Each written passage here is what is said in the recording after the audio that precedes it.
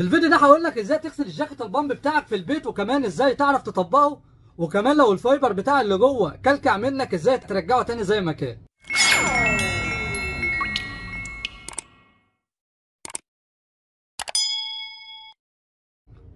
هنقول بسم الله الرحمن الرحيم ويلا بينا نبدأ. هنجيب اي حلة او اي بلاستيكة عندنا صغيرة، وهنحط فيها برسيل جل، ويفضل لو هو اوتوماتيك عشان هيكون قليل الرغوة. مفيش، هنستخدم اي برسيل جل عادي. بعد كده هنجيب اي نوع كلوريكس الوان احنا بنستخدمه عندنا في البيت، وهننزل برضه بقد الكمية اللي احنا حطيناها بتاعت البرسيل جل، وهنحط برضو قد الكمية خل بتاع الأكل. هنجيب من أي صيدلية إزازة كحول إيثيلي دي بتاعة تعقيم اليدين، والإزازة تقريبا هتبقى عاملة فرنج 10 جنيه ولا حاجة.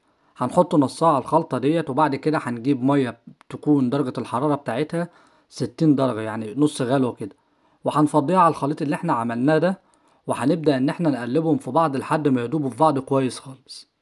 بعد كده هنجيب سفنجة بقى زي ديت كده بتاعت غسيل الأطباق، ودي هتكون أنسب حاجة لغسيل جواكة البامب.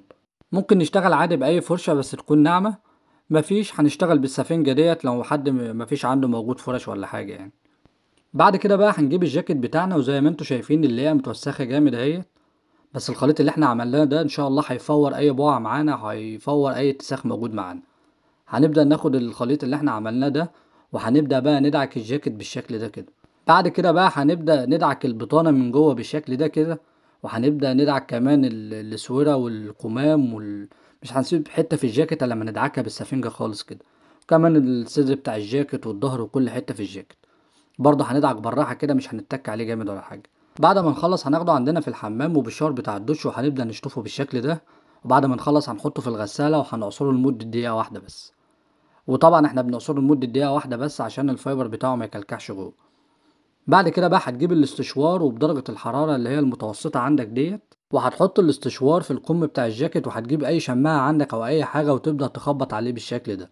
طبعا الاستشوار بيبقى مع ضخ الهواء جوه بيخلي الجاكيت من جوه بيبقى منفوخ، ومع الخبطان بتاع الشماعة او اي خشبة عندك هتبدأ تخبط عليه بيخلي الفايبر بيرجع يتفرد تاني مكانه. هتبدأ برضو تحط الاستشوار من كده من قدام كده بالجاكيت من الفتحة بتاعة الياقة، وهتحط ايدك من تحت كده من عند الديل من تحت، برضه هتعمل نفس اللي انت عملته في الكم. وكمان الطريقة ديت مش هتخليك تضطر ان انت تكوي الجاكيت، لان الطريقة دي هتخلي الجاكيت شكله مفروض عليك من غير كسر ومن غير اي حاجة. ده فعلا امن وانسب طريقة لغسيل الجواكت البامب. وده هيكون شكل الجاكيت معانا اهوت بعد ما خلص كأنه لسه جديد تاني.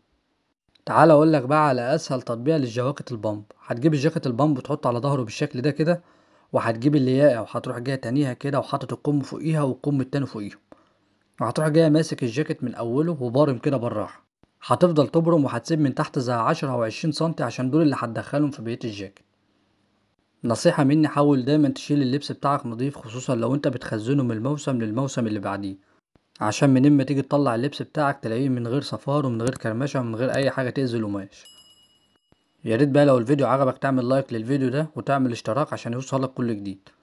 ولو في حاجة انت واقف عليها بخصوص اللبس او بخصوص بقعة معينة اكتبها لي في الكومنت وان شاء الله ارد عليك فيها.